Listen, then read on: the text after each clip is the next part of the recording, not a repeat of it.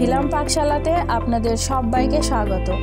সামনেই পৌষ পার্বণ, আর শীতকালে পৌষ পার্বণ মানেই বিভিন্ন রকমের পিঠে পুলি তৈরি করে থাকি, আর তার মধ্যে ভাজা পুলিটাও বাদ যায় না।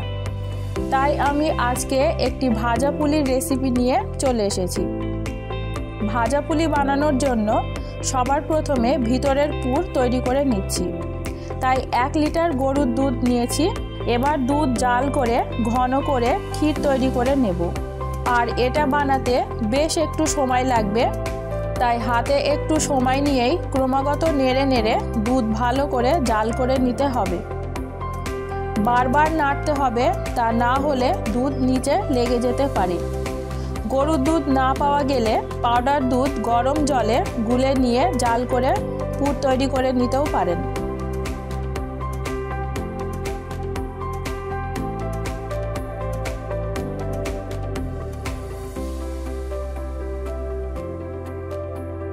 এই যে দেখুন বন্ধুরা, অনেকটাই হয়ে এসেছে। এখন 200 গ্রাম খেজুরের গুড় দিয়ে দিচ্ছি। দুধের পুর বানাতে ঠিক কতটা টাইম লাগবে সেটা দুধের পরিমাণের উপর নির্ভর করবে। যদি 1/2 লিটার দুধ হয় তাহলে সময় কম লাগবে, আর যদি 1.5 লিটার দুধ হয় তাহলে সময় একটু বেশি লাগবে।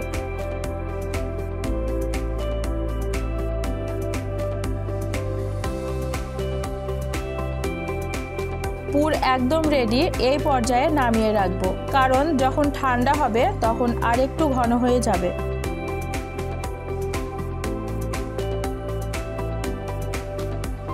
এবার পিঠে বানানোর জন্য উপরের সেলটা তৈরি করে নেব। একটি প্যানে 2 বাটি জল নিচ্ছি।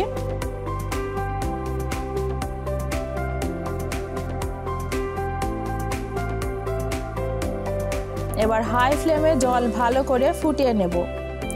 যে বাটিতে জল মেপে নিয়েছি ওই বাটিতেই 1 বাটি আটা এবং 1/2 বাটি শুকনো আতপ চালের গুঁড়ো নিচ্ছি। মিশিয়ে নেব। 100 গ্রাম খেজুরের গুড় নিয়েছি। এদিকে জল ভালোভাবে ফুটে গেছে। এখন গুড় দিয়ে দিচ্ছি, ভালো করে মিশিয়ে নেব।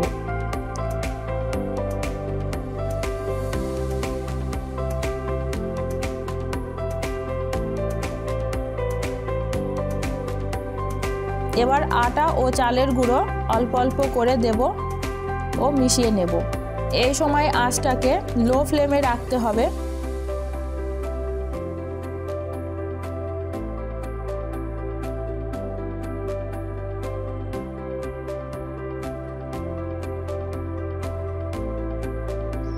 ভালোভাবে মেশানো হয়ে গেছে।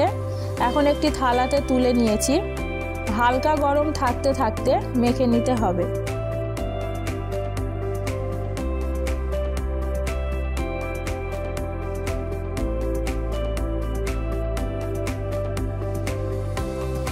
হয়ে গেছে, ডো একদম রেডি।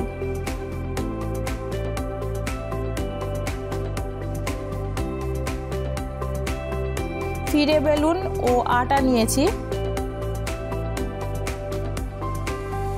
অল্প একটু ডো থেকে নিচ্ছি। সামান্য আটা দিয়ে ঠিক রুটির মতো বেলে নেব। রুটির থেকে একটু বড় করে বেলবো, তাহলে একসঙ্গে অনেকগুলো পিঠে হবে। আর রুটি যেমন খুবই পাতলা হয়, অত পাতলা করব না, আবার বেশি মোটাও হবে না।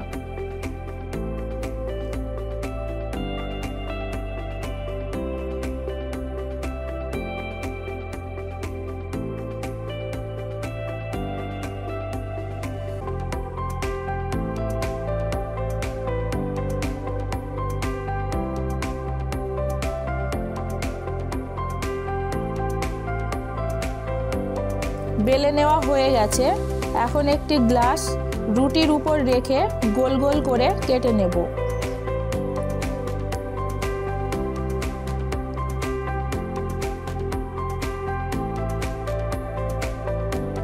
এবার একটি নিয়ে ভিতরে দুধের পুর দিয়ে হাত দিয়ে চেপে চেপে মুখ বন্ধ করে দেব।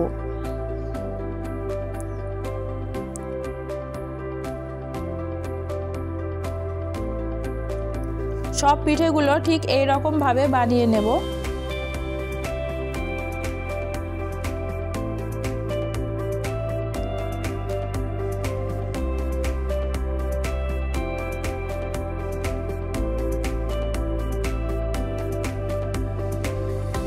সব পিঠেগুলো তৈরি করা হয়ে গেছে। এবার ভাজার জন্য আগে থেকেই কড়াতে তেল গরম হতে বসিয়ে দিয়েছিলাম। আর পিঠে ভাজার জন্য সাদা তেল ব্যবহার করছি। এখন কয়েকটি পিঠে দিয়ে দিচ্ছি। মিডিয়াম ফ্লেমে পিঠেগুলো ভেজে নেব।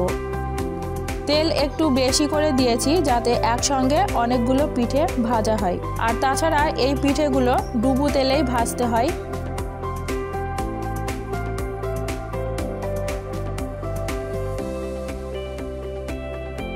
দুই পিঠ ভালোভাবে ভাজা হয়ে গেছে।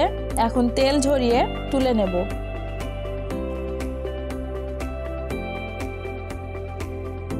ঠিক এই রকম ভাবে সব পিঠেগুলো ভেজে নেব।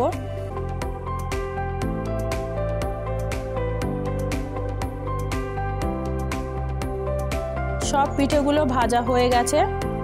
একটু ঠান্ডা হলে পরিবেশন করব। আজকের মতো এই পর্যন্তই। আবারও ফিরে আসবো অন্য কোনো রেসিপি নিয়ে। আপনারা সকলেই খুব ভালো থাকবেন। ধন্যবাদ।